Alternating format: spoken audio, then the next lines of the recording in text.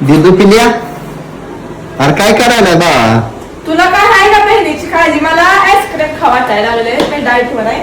High protein ice cream खाणार आहे. बर तर आईस्क्रीमसाठी लागणार आहे आपल्याला 4-5 मनुक्याचे तुकडे, पिस्ता, बदाम, पांढरा मनुका आणि काळा मनुका हे दोन्ही पण मी यूज करणार आहे.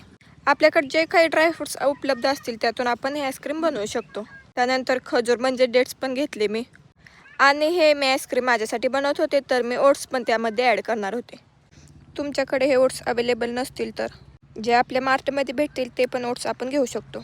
आता ही तर साधी कॅडबरी मी काही यूज केले नाही, ब्लॅक चॉकलेट घेतले आणि थोडंसं कोमट दूध. आता हे 1 तास भिजवत ठेवायचं. सगळं मिक्स करून घेतलं 1 तास. आता हे असं भिजवत ठेवायचं आणि बारीक करताना पीनट बटर टाकायचं याच्यात बारीक करायचं. हे सगळं बारीक करून ठेवलंय.